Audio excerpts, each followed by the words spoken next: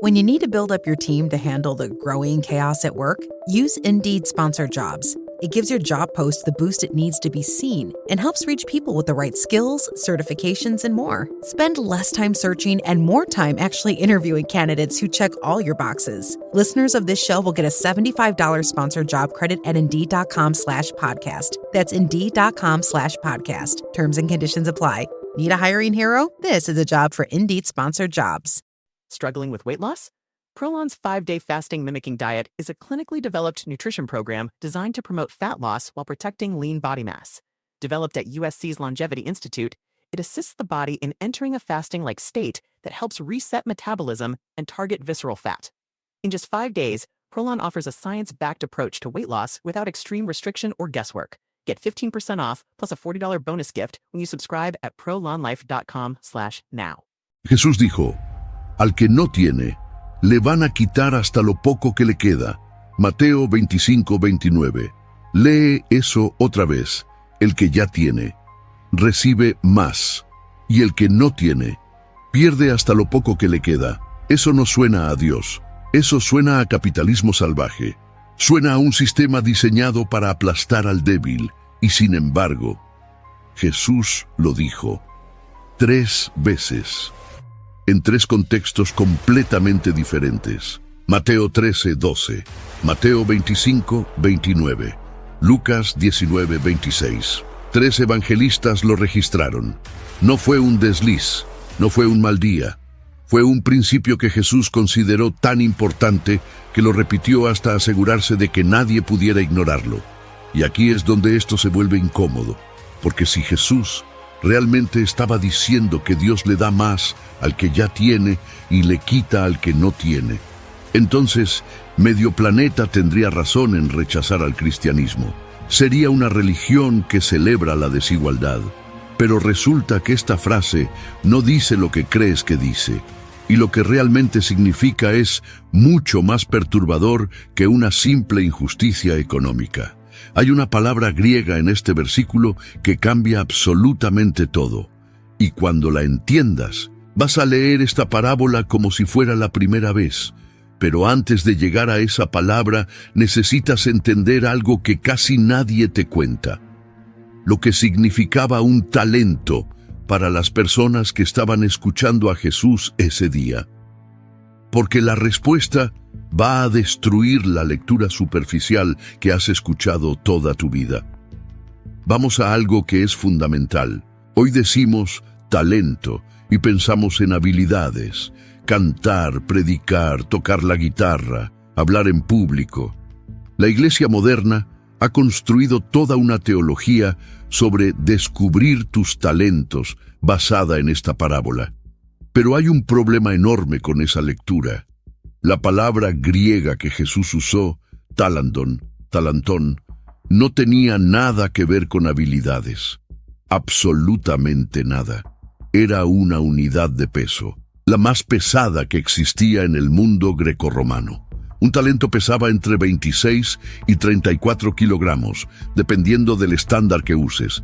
El ático griego pesaba unos 26 kilos. El hebreo del templo llegaba a casi 34. Era literalmente el objeto más pesado que un sistema de balanzas podía medir.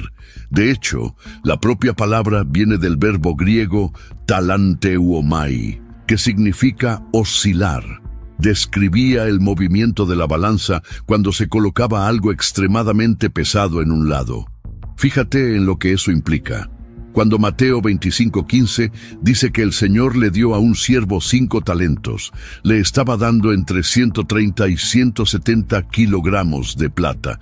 Y aquí es donde la matemática se vuelve absurda. Un talento de plata equivalía a 6 denarios. Un denario era el salario diario de un trabajador común en el Israel del siglo I. Eso significa que un solo talento, 1, representaba aproximadamente 6 días de trabajo. Si un jornalero trabajaba 300 días al año, estamos hablando de 20 años de salario. 20 años, en un solo talento. El siervo que recibió 5 talentos recibió el equivalente a 100 años de salario de un trabajador. El que recibió 2 talentos, 40 años, y el que recibió 1, que es al que todos miran con desprecio, recibió 20 años de salario de un golpe. Si lo tradujeras a términos modernos, un talento de plata hoy valdría entre 38, 0 y 57. $1,000, calculando solo el valor del metal. Pero en poder adquisitivo real del siglo I, era incomparablemente más. Un jornalero en la Palestina romana vivía al día. No tenía ahorros, no tenía propiedad, no tenía margen. Un denario al día alimentaba a una familia por un día, con suerte. 20 años de ese salario, entregados de una sola vez, era una suma que la mayoría de las personas que escuchaban a Jesús jamás verían en toda su vida. Era irreal. Era como contar un cuento de hadas con números reales. Y aquí quiero que notes algo fascinante sobre la historia de las palabras. La palabra talento en español, talent en inglés, talento en portugués, esa palabra que usamos hoy para hablar de habilidades naturales, viene directamente de esta parábola. El significado cambió en la Edad Media. Los teólogos medievales interpretaron la parábola como una alegoría sobre las habilidades que Dios da. Y poco a poco la palabra griega, talantón, que era una unidad de peso, se convirtió en la palabra que usamos para capacidad natural. Es uno de los pocos casos en la historia de las lenguas occidentales donde una parábola de Jesús cambió permanentemente el significado de una palabra en docenas de idiomas.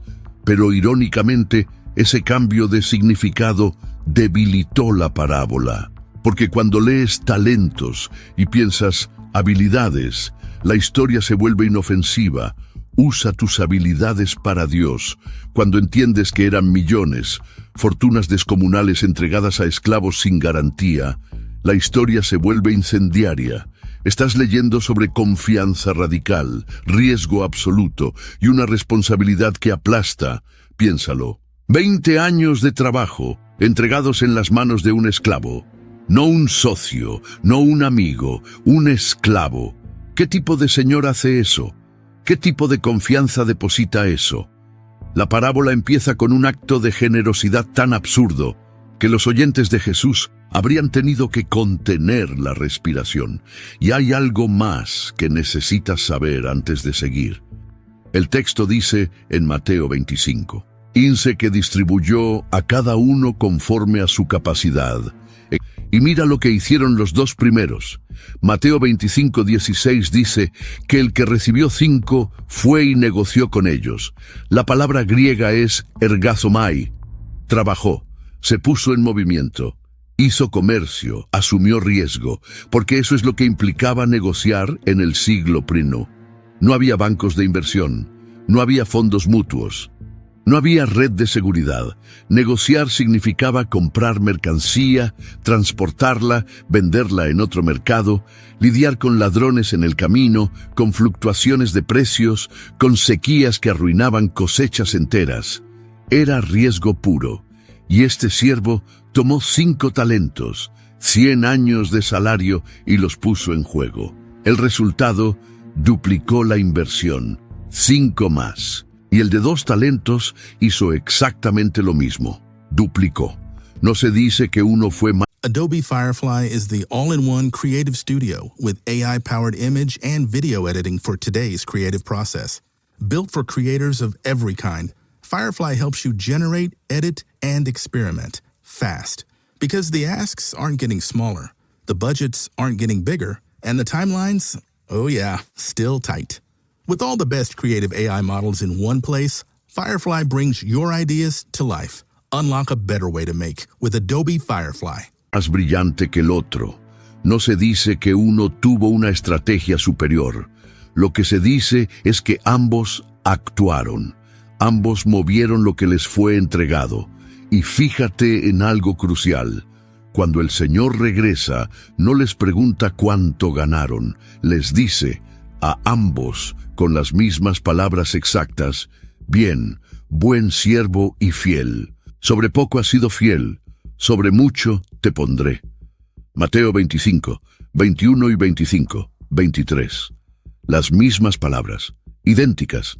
El de 5 y el de 2 reciben exactamente la misma aprobación. ¿Sabes lo que eso significa? Que el criterio no era la cantidad, era la fidelidad, era la acción, era el hecho de que hicieron algo con lo que se les dio. Y ahora mira la palabra que el Señor usa, fiel, en griego, pistos. Es la misma raíz de pistis, que es fe. Fiel y fe son la misma familia lingüística. Eso no es coincidencia. En el pensamiento griego del Nuevo Testamento, la fidelidad no se mide por resultados, se mide por la disposición a actuar confiando en quien te envió. Esos dos siervos no tenían garantía de éxito, podrían haber perdido todo. El comercio del siglo I no tenía pólizas de seguro, y sin embargo, actuaron. ¿Por qué? Porque confiaban en su Señor. Conocían su carácter, sabían que era generoso. Les acababa de entregar una fortuna absurda a unos esclavos y respondieron a esa generosidad con acción. Ahora prepárate, porque lo que viene es donde la parábola explota. Mateo 25, 24, 25. Pero llegando también el que había recibido un talento, dijo: Señor, te conocía que eres hombre duro, que ciegas donde no sembraste y recoges donde no esparciste, por lo cual tuve miedo, y fui y escondí tu talento en la tierra. Aquí tienes lo que es tuyo. Lee eso despacio. El tercer siervo no perdió el dinero, no lo robó, no lo gastó en prostitutas como el hijo pródigo, lo guardó, lo protegió, lo enterró en la tierra, que por cierto, era exactamente lo que la ley rabínica recomendaba como la forma más segura de custodiar algo valioso. El Talmud babilónico, en el tratado Bava Metzia 40 Usá, establece que enterrar dinero se consideraba la forma más responsable de proteger un depósito.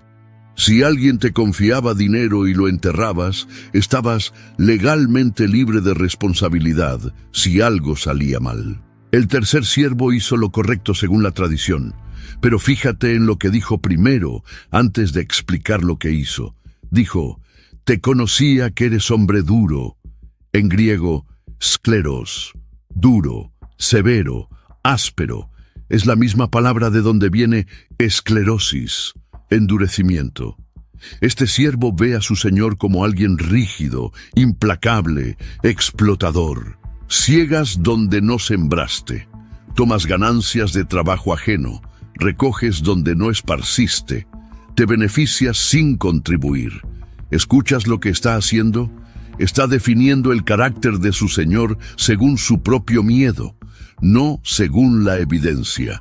Porque la evidencia dice lo contrario. El Señor acaba de entregar una fortuna descomunal a esclavos sin pedirles garantías, sin contratos, sin colateral. ¿Eso es lo que hace un hombre duro? Un hombre duro no le da 20 años de salario a un esclavo diciendo: haz algo con esto. Un hombre duro te vigila, te controla, te pone condiciones.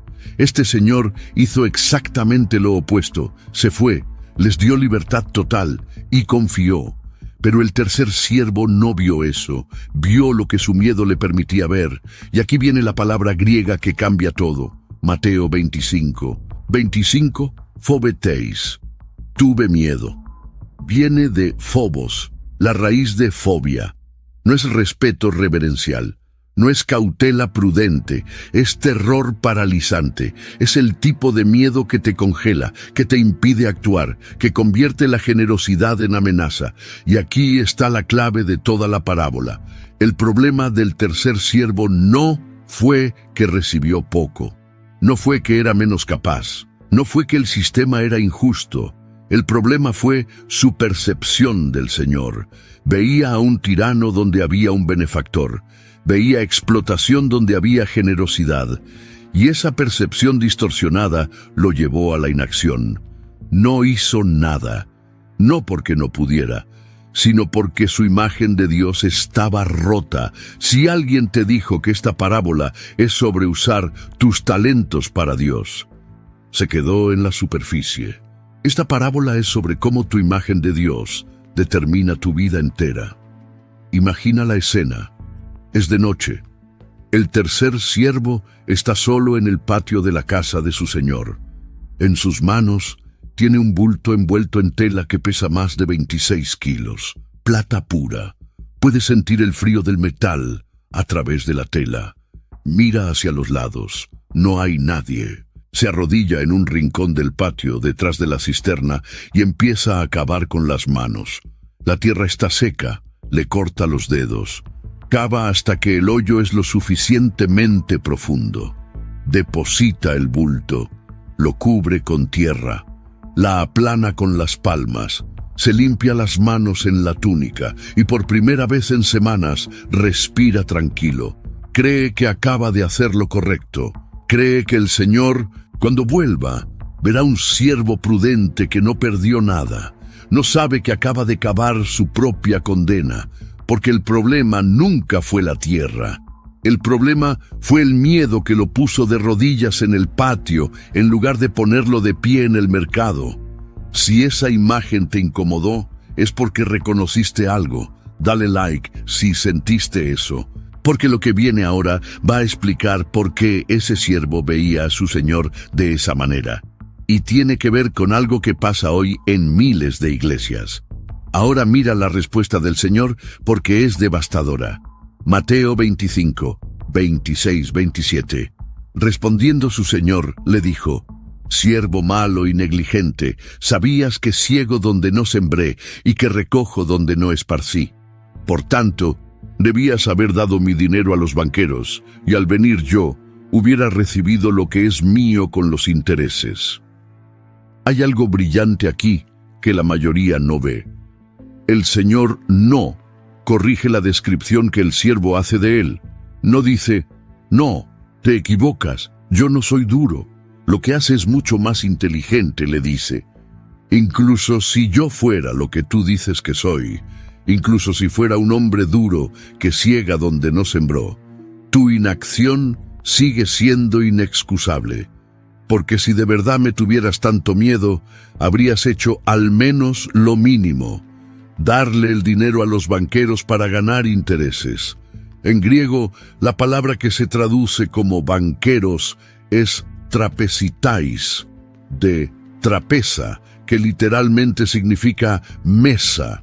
Los trapecitas eran los cambistas que operaban con mesas en las plazas públicas del mundo grecorromano. Daban intereses moderados por depósitos. Era la inversión más básica, más segura, más pasiva que existía. Ni siquiera requería esfuerzo, solo llevar el dinero y dejarlo. El Señor está diciendo: no te pedí que fueras un genio financiero, no te pedí que duplicaras la inversión como los otros dos. Te pedí que hicieras algo, lo que fuera, lo mínimo, y no hiciste ni eso. Y ahora fíjate en las dos palabras que usa para describir al siervo. Malo, en griego, poneros. This spring, Uber Eats has you covered. Whether you're celebrating mom, dad, or your favorite grad, not all of us are great planners, and with the Uber Eats gift hub, you don't have to be. Send flowers, perfume, champagne, or just their favorite meal straight to their door. Gifts arrive in as little as 25 minutes, and you can add a personalized video message for that additional so-not-last-minute touch. So this spring, get a leg up on gift giving with Uber Eats. Last-minute gifts that land every time. Must be 21 or older to purchase alcohol. Product availability varies per region. See app for details. No es incompetente, no es tonto, es moralmente malo, perverso. La misma palabra que se usa para el maligno en Mateo 6:13. Líbranos del mal, poneros. Y negligente, ocneros. Esta palabra es fascinante, viene de ocneo, que significa encogerse. Ocneros describe a alguien que se encoge ante la acción, que retrocede, que se retrae. No es simple pereza, es la decisión consciente de no actuar por miedo al fracaso. Es la cobardía disfrazada de prudencia. Jesús no está condenando la pobreza, no está castigando al que tiene poco. Está condenando la inacción motivada por una imagen distorsionada de Dios. El siervo no fue castigado por ser pobre, Fue castigado por convertir su miedo en excusa y su excusa en parálisis. Y esto me lleva a algo que la Iglesia moderna ha ignorado casi por completo: el contexto económico en el que Jesús cuenta esta historia. Porque cuando entiendes cómo funcionaba la economía del siglo I en Palestina, la parábola se vuelve 10 veces más radical. El Israel de Jesús era una economía agraria bajo ocupación romana. El 90% de la población vivía en lo que hoy llamaríamos pobreza extrema. La tierra cultivable estaba concentrada en manos de una élite terrateniente minúscula. Los campesinos trabajaban como jornaleros, mistotoi en griego, ganando un denario al día cuando había trabajo. Cuando no lo había, no comían. No existía seguro de desempleo, no existían ahorros, no existía movilidad social. Nacías pobre y morías pobre, con raras excepciones. En ese contexto, la idea de que alguien le entregue a un esclavo el equivalente a 20, 40 o 100 años de salario de un jornalero era absolutamente demencial. La audiencia de Jesús habría reaccionado a esa premisa con la boca abierta. No con la naturalidad con la que nosotros leemos 5 talentos como si fueran 5 monedas. Era como si alguien llegara hoy a un empleado de salario mínimo y le dijera: toma, aquí tienes $2 millones, haz algo con ellos. Vuelvo cuando vuelvo. La desproporción entre la condición del siervo y lo que se le entrega es intencionalmente absurda, y esa absurdidad es el punto. Jesús está diciendo: lo que Dios te confía es desproporcionado a lo que mereces. No lo recibes por mérito, lo recibes por gracia, y esa gracia demanda respuesta. Pero hay algo más sobre la economía del primer siglo que hace la acción de los 2 primeros siervos aún más extraordinaria. Existía en el mundo mediterráneo antiguo lo que los antropólogos Bruce Malina y Richard Rohrbaugh llaman el concepto del bien limitado. En esa cosmovisión, la riqueza era un pastel finito. Si tú ganabas más, alguien necesariamente perdía. No existía el concepto de crear riqueza, solo de redistribuirla. Ganar era, en esencia, tomar de otro. Las personas honorables no buscaban acumular. Las que lo hacían eran vistas automáticamente como explotadoras. Eso significa que cuando los 2 primeros siervos salen a negociar, ergasomai, están haciendo algo culturalmente arriesgado. No solo arriesgan el dinero, arriesgan su reputación social. Arriesgan ser vistos como ladrones o explotadores. Están actuando contra el consenso cultural de su tiempo, y eso hace su acción aún más impresionante. No solo invirtieron financieramente, rompieron con el sistema de pensamiento dominante. Actuaron diferente a lo que su cultura esperaba de ellos. ¿Ves la aplicación? Seguir a Cristo con fidelidad casi nunca es culturalmente cómodo. Casi siempre implica hacer algo que tu entorno no entiende, no aprueba o no valora. Y el tercer siervo hizo exactamente lo que su cultura habría aplaudido. Fue prudente, no arriesgó, protegió lo que no era suyo y lo devolvió intacto.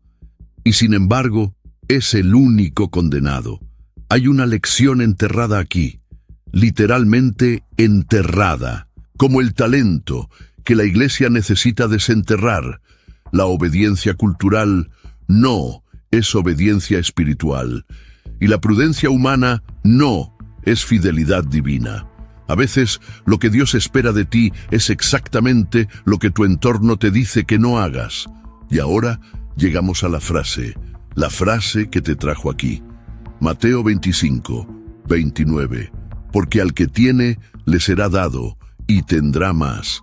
Y al que no tiene, aun lo que tiene, le será quitado. Si la lees aislada, suena monstruosa, pero acabas de ver el contexto completo, y ahora puedes entender lo que realmente dice. Al que tiene, ¿tiene qué? No dice al que tiene dinero. No dice al que tiene recursos. Dice al que tiene. Punto. En griego, echonti.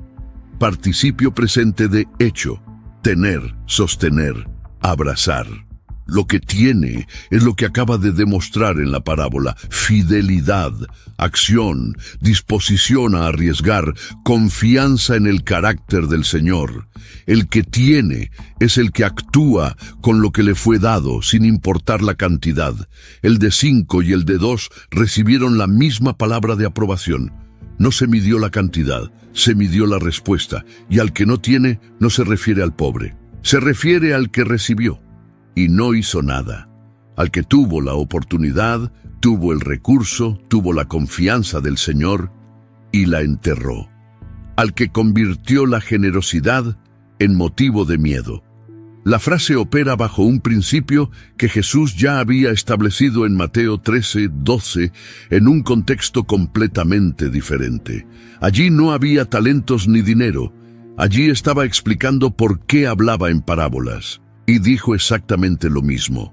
Porque a cualquiera que tiene, se le dará y tendrá más, pero al que no tiene, aún lo que tiene le será quitado. En ese contexto, escucha bien, lo que se tiene es entendimiento, receptividad, apertura espiritual. Jesús estaba diciendo que al que recibe su enseñanza con corazón abierto, más comprensión le será dada. Pero al que rechaza la verdad, incluso la poca comprensión que tiene, se irá desvaneciendo. Es un principio espiritual, no económico. Y funciona exactamente igual en ambos contextos. La receptividad produce abundancia. La resistencia produce pérdida. Marcos 4:25. Lo registra en el mismo contexto de las parábolas del sembrador. Lucas 19:26 lo pone en boca de un noble que va a recibir un reino. 3 evangelistas, 3 contextos, el mismo principio, no es casualidad. Pero quiero que entiendas algo sobre Mateo 13:12, que casi nadie conecta. Cuando Jesús dice, al que tiene, se le dará más. En ese capítulo, los discípulos acababan de preguntarle, ¿por qué les hablas en parábolas? Y la respuesta de Jesús es una de las más densas del Nuevo Testamento. Les dice en Mateo 13:11, porque a vosotros os es dado saber los misterios del reino de los cielos, mas a ellos no les es dado. La palabra misterios, en griego misteria, no significa algo misterioso en el sentido de confuso. En el mundo griego, mysterion era un término técnico de las religiones de misterios. Se refería a una verdad que estaba oculta y que solo se revelaba a los iniciados. Pablo la usa 21 veces en sus cartas, y Jesús la usa aquí para decir que las verdades del reino no son autoevidentes, se revelan, y se revelan a quienes vienen con corazón receptivo. Entonces en Mateo 13:12, al que tiene significa al que tiene receptividad, al que tiene hambre espiritual, al que escucha con intención de obedecer lo que escucha. A ese se le dará más entendimiento, más profundidad, más acceso a la verdad, y al que no tiene significa al que oye pero no recibe, al que asiste pero no absorbe, al que tiene la Biblia en la mesa pero no en el corazón. A ese, incluso la comprensión superficial que tenía se le irá diluyendo hasta que no quede nada. Y Jesús cita a Isaías 6:9-10 para explicarlo. De oído oiréis, y no entenderéis, y viendo veréis, y no percibiréis. Isaías escribió eso 700 años antes, y Jesús lo aplica a su propia generación. Gente que ve milagros y no percibe, que oyen enseñanzas y no entienden. No porque les falte inteligencia, porque les falta receptividad, porque endurecieron su propio corazón, y el endurecimiento produce un ciclo descendente. Cuanto menos recibes, menos capacidad tienes de recibir.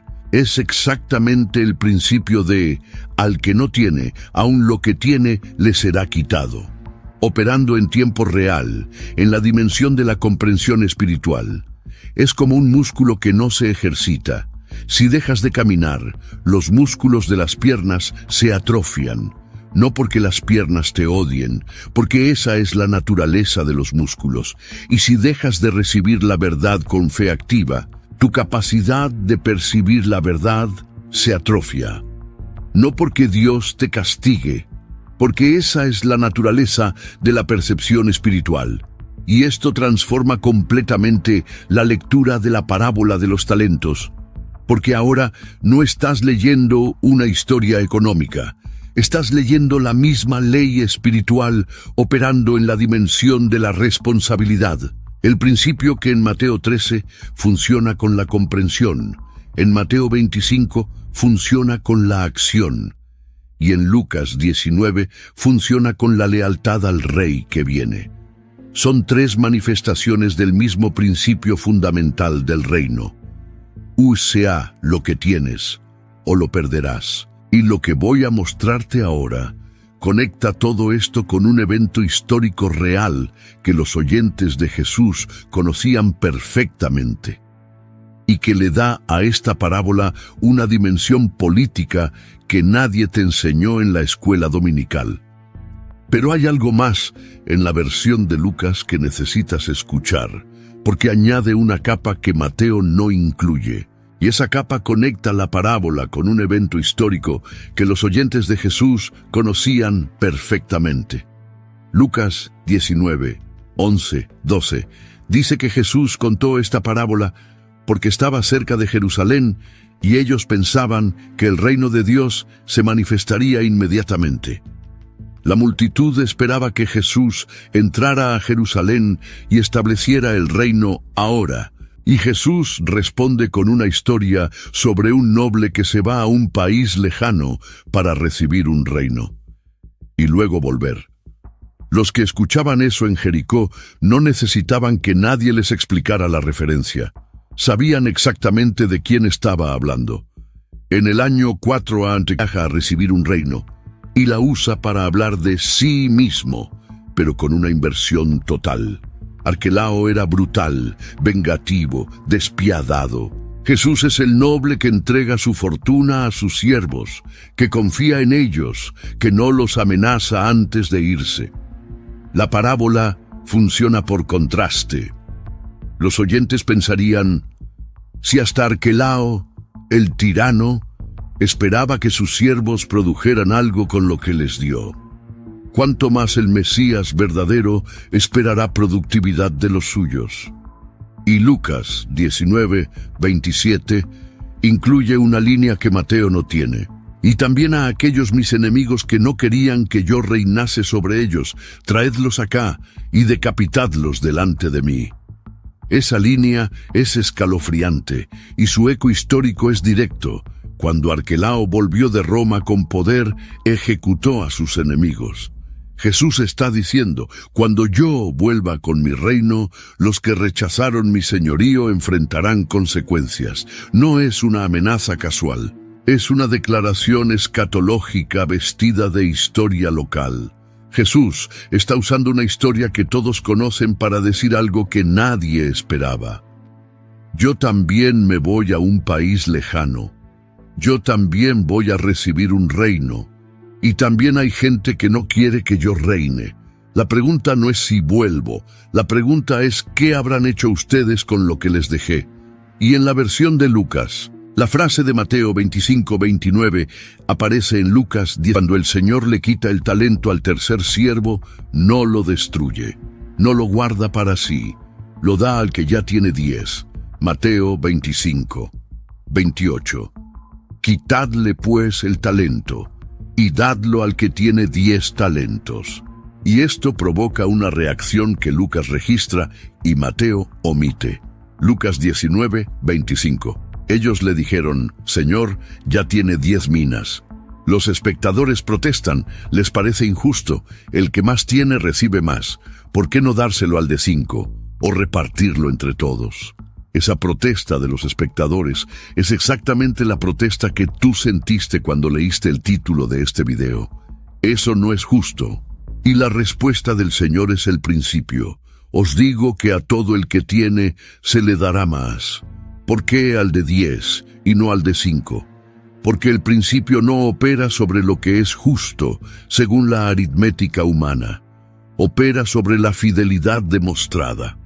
El de 10 demostró una capacidad de multiplicación mayor, no porque fuera más inteligente o más favorecido. Recuerda que el de 2 recibió exactamente la misma palabra de aprobación que el de 5, sino porque su acción lo preparó para manejar más. La fidelidad agranda la capacidad, la inacción la atrofia, y hay algo profundamente revelador en la respuesta del Señor que nadie menciona. Cuando los 2 primeros siervos se presentan con sus ganancias, el Señor les dice: entra en el gozo de tu Señor. En griego, aisel te eis ten charan tu kyriou sou. Entra en el gozo. No les da un bono, no les da vacaciones, les da acceso a su gozo, a su mundo, a su esfera. Es una invitación relacional, no transaccional. El premio por la fidelidad no es más dinero, es más cercanía con el dueño, y al tercer siervo le dice: echadlo en las tinieblas de afuera. En griego, ekbalete eis to skotos to exoteron. Afuera, fuera de la casa, fuera de la presencia del Señor, fuera del gozo. La penalidad no es financiera, es relacional. Perdió la cercanía, y la perdió no porque el Señor lo rechazara, sino porque él, con su percepción distorsionada, nunca quiso estar cerca. Su imagen de un Señor duro garantizaba que siempre mantendría distancia, y al final esa distancia se formalizó. Eso es aterrador, porque sugiere que la imagen que tienes de Dios no solo afecta tu comportamiento, determina tu destino. Si ves a Dios como un tirano que te va a castigar por cada error, vivirás paralizado. Y si vives paralizado, la inacción te alejará progresivamente de Él hasta que la separación sea total. No porque Dios se alejó, porque tú nunca te acercaste.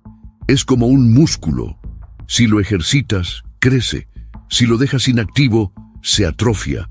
No porque el músculo sea malo, sino porque la naturaleza del músculo es crecer cuando se usa y deteriorarse cuando no. Jesús no está describiendo un castigo arbitrario. Está describiendo una ley espiritual que opera igual que las leyes naturales. La fe que se ejercita se fortalece. La fe que se entierra se muere. Y eso es exactamente lo que dijo en otro contexto, uno que conecta todo de manera perfecta. En Mateo 13:12, la misma frase aparece cuando los discípulos preguntan por qué habla en parábolas. Y Jesús responde que al que ya tiene receptividad, más entendimiento le será dado. Pero al que oye sin recibir, incluso lo que cree entender, se le escapará. Es el mismo principio operando en 3 dimensiones: en la comprensión espiritual, Mateo 13, en la responsabilidad activa, Mateo 25, y en la fidelidad al Rey que viene, Lucas 19. 3 parábolas, 3 contextos, un solo principio: lo que no se usa, se pierde.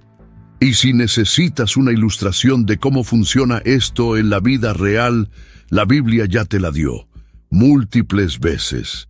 Empecemos con el pueblo de Israel en el desierto. Dios les dio maná, Éxodo 16:4, cada mañana, fresco, gratis, milagroso. Pero con una condición: recójanlo de hoy, no acumulen para mañana. Éxodo 16:19. Moisés se los dice explícitamente, y los que intentaron guardar maná extra, los que dijeron yo prefiero asegurarme. Éxodo 16:20 dice que al día siguiente estaba podrido, lleno de gusanos, hedía. La provisión divina no se almacena, se usa, se consume hoy con la fe de que mañana habrá más. El maná que se usaba alimentaba, el maná que se guardaba se pudría, el talento que se invertía se multiplicaba, el talento que se enterraba se quitaba. Es el mismo principio atravesando toda la Escritura como un hilo invisible. Y hay un segundo ejemplo que es aún más revelador. En 2 Reyes 4:1-7, una viuda del grupo de los profetas llega llorando a Eliseo. Su esposo murió, tiene deudas. El acreedor viene a llevarse a sus 2 hijos como esclavos. Y Eliseo le pregunta, ¿qué tienes en casa? Ella responde, tu sierva ninguna cosa tiene en casa, sino una vasija de aceite. Solo eso, casi nada. Eliseo no le dice, bueno, tienes muy poco, así que no puedo ayudarte. Le dice exactamente lo contrario. Ve y pide vasijas prestadas a todos tus vecinos, vasijas vacías, no pocas. Luego entra, cierra la puerta tras ti y tus hijos, y echa aceite en todas esas vasijas. Y ella obedeció. Y el aceite no paró de fluir hasta que se acabaron las vasijas. Cuando se acabaron, el aceite se detuvo. 2 Reyes 4:6. ¿Escuchas lo que pasó?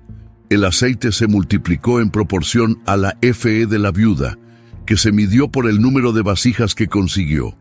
Si hubiera conseguido 2 vasijas, habría tenido aceite para 2. Si hubiera conseguido 100, habría tenido aceite para 100. La limitación no estaba en la provisión de Dios, estaba en la capacidad que ella preparó para recibirla. Cuantas más vasijas buscó, más recibió. Cuando dejó de buscar, el flujo se detuvo. Al que tiene, se le dará más. Más vasijas, más aceite, más acción, más provisión, más fe, más revelación. Y hay un tercer ejemplo que es devastador. En 2 Reyes 13:14-19, el profeta Eliseo está en su lecho de muerte. Llama al rey Joás de Israel y le dice que tome su arco y golpee el suelo con las flechas. El rey golpea 3 veces y para. Y Eliseo se enoja. Le dice, debiste golpear 5 o 6 veces. Habrías destruido a Siria completamente. Ahora la derrotarás solo 3 veces. El rey hizo algo, pero no hizo suficiente. Se quedó corto, actuó a medias. Y esa tibieza le costó una victoria incompleta. La intensidad de tu acción determina la magnitud de tu resultado. Joás no fracasó por falta de oportunidad, fracasó por falta de intensidad. Tenía las flechas, tenía al profeta, tenía la promesa divina, y golpeó 3 veces cuando debió golpear hasta que el profeta le dijera ya. Su moderación no fue prudencia, fue mediocridad, y la mediocridad siempre se paga. ¿Ves el patrón? Maná que se guarda se pudre, vasijas que no se buscan limitan el aceite, flechas que no se usan limitan la victoria, talentos que se entierran se pierden. No es que Dios castigue la debilidad, es que la tibieza y la inacción tienen consecuencias naturales que ni la gracia anula. No porque Dios sea duro, scleros, sino porque las leyes espirituales funcionan tan consistentemente como la gravedad. Ahora quiero que veas algo que conecta esta parábola con la que viene inmediatamente después, porque la mayoría de los predicadores las separan y no deberían hacerlo. Mateo 25:29. Al que no tiene, aún lo que tiene le será quitado. Está en la parábola de los talentos. Y apenas 2 versículos después, en Mateo 25:31, empieza el juicio de las naciones. Cuando el Hijo del Hombre venga en su gloria, será satisfecho sobre el trono de su gloria, y serán reunidas delante de él todas las naciones. Jesús pasa directo de los talentos al juicio final, sin pausa, sin transición. Y en el juicio, la pregunta que separa a las ovejas de los cabritos no es teológica, no es ¿creíste correctamente? Es práctica, es ¿hiciste algo? Mateo 25:35-36. Tuve hambre y me disteis de comer. Tuve sed y me disteis de beber. Fui forastero y me recogisteis. Estuve desnudo y me cubristeis. Enfermo y me visitasteis. En la cárcel y vinisteis a mí. ¿Escuchas la conexión? En la parábola de los talentos, el criterio de juicio es la acción versus la inacción. En el juicio de las naciones, el criterio es exactamente el mismo. ¿Hiciste algo con lo que se te presentó delante? Y los cabritos, los condenados, dicen en Mateo 25, 44, Señor, ¿cuándo te vimos hambriento, o sediento, o forastero, o desnudo, o enfermo, o en la cárcel y no te servimos? Su pecado no fue crueldad, su pecado fue omisión. No hicieron nada, exactamente como el tercer siervo. Tenían la oportunidad delante, tenían los recursos, tenían la capacidad, y no actuaron.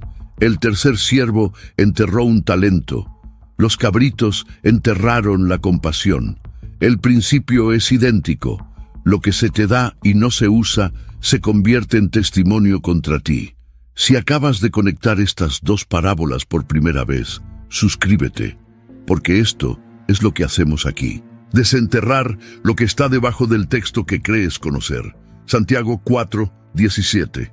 Lo dice sin parábola, sin metáfora, en lenguaje directo.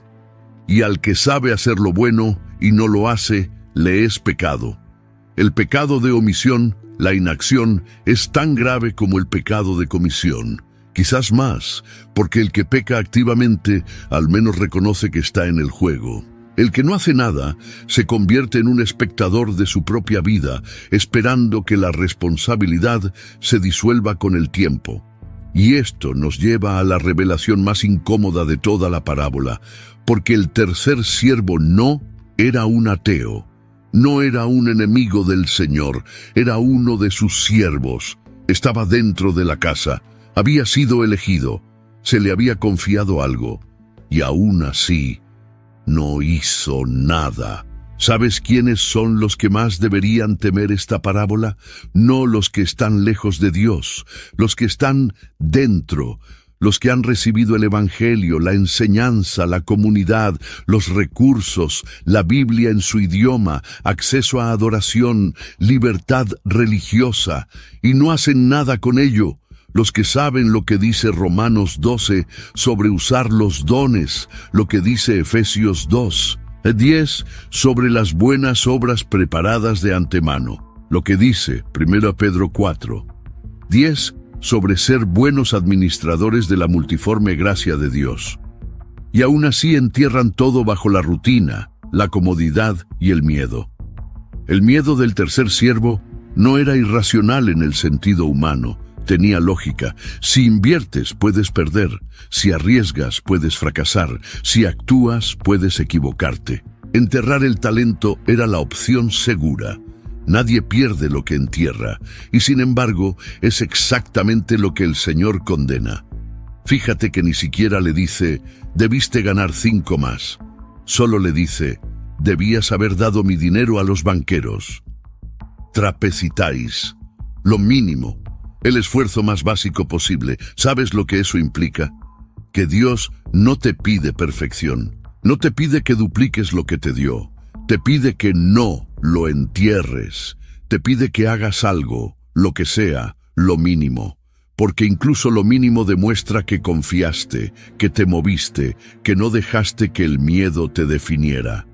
Hay personas que llevan años en la iglesia con un talento enterrado. No es que no tengan nada que ofrecer, es que el miedo al fracaso, o peor, el miedo al éxito y la responsabilidad que trae, los tiene paralizados. Y la parábola dice que esa parálisis no es neutral, no es simplemente no hacer daño. Es la forma más silenciosa de desobediencia, y esto toca un nervio que la iglesia moderna prefiere no tocar. Hay una diferencia enorme entre asistir a la iglesia y ser la iglesia. Hay una diferencia entre escuchar sermones sobre la fidelidad y ser fiel. Gente que lleva tanto tiempo con la verdad que ya debería estar enseñando a otros, pero que sigue necesitando que le repitan lo básico. Gente que tiene los recursos pero no los usa. Y la advertencia de Hebreos es idéntica a la de la parábola. Lo que no crece, retrocede. Lo que no avanza, pierde terreno. No hay punto neutro en la vida espiritual. Pedro lo dice de otra manera en 2 Pedro 1, 8. Porque si estas cosas están en vosotros y abundan, no os dejarán estar ociosos ni sin fruto en cuanto al conocimiento de nuestro Señor Jesucristo. Y el versículo siguiente, 2 Pedro 1:9, es devastador. Pero el que no tiene estas cosas tiene la vista muy corta, es ciego, habiendo olvidado la purificación de sus antiguos pecados. ¿Escuchaste? El que no tiene estas cosas, fe activa, virtud, conocimiento, dominio propio, paciencia, piedad, afecto fraternal, amor, se vuelve ciego, pierde la capacidad de ver. Es al que no tiene, aún lo que tiene le será quitado, traducido al lenguaje de Pedro. Todo el Nuevo Testamento está de acuerdo en esto. No es una frase aislada de una parábola oscura.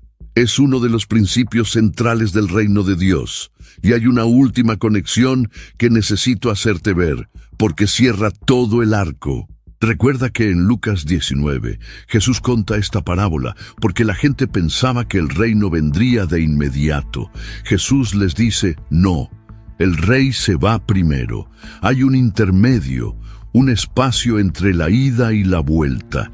Y en ese espacio, la pregunta no es ¿cuándo vuelve?, sino ¿qué haces mientras tanto? Estamos en ese espacio, ahora mismo, entre la ascensión y el retorno. Entre el momento en que el rey se fue al país lejano y el momento en que vuelve a ajustar cuentas. Y todo lo que tienes, tu vida, tu fe, tus recursos, tus relaciones, tu comprensión de las Escrituras, tu tiempo en esta tierra, son minas y talentos que no te pertenecen, están en préstamo. Y el dueño vuelve. Y hay algo que Jesús dijo en otro lugar que conecta esto de manera escalofriante. Lucas 12:48. A todo aquel a quien se haya dado mucho, mucho se le demandará, y al que mucho se le haya confiado, más se le pedirá. La responsabilidad crece con la revelación. Si nunca escuchaste el Evangelio, la vara es una. Si lo escuchaste una vez, la vara es otra. Pero si lo escuchaste 1000 veces, si tienes Biblia en tu idioma, predicadores en tu teléfono, iglesias en cada esquina, libros teológicos a un clic de distancia. La vara es altísima, porque todo eso son talentos. Todo eso es lo que el Señor dejó en tus manos antes de partir. Y piensa en esto. Vivimos en la generación con más acceso a la verdad bíblica en toda la historia humana. Más traducciones, más comentarios, más recursos, más libertad religiosa que cualquier generación anterior. Los creyentes del siglo I no tenían Nuevo Testamento completo. Los creyentes del siglo XIV no tenían Biblias en su idioma. Los creyentes en China y en Irán todavía arriesgan su vida por tener una copia de las Escrituras. Y nosotros tenemos 5 Biblias en la casa, 3 apps en el teléfono y podcasts de teología mientras manejamos al trabajo. ¿Cuántos talentos es eso? ¿Cuántas minas? Si el siervo de un solo talento fue condenado por enterrar su recurso, ¿qué le espera a la generación que tiene más recursos espirituales que ninguna otra y hace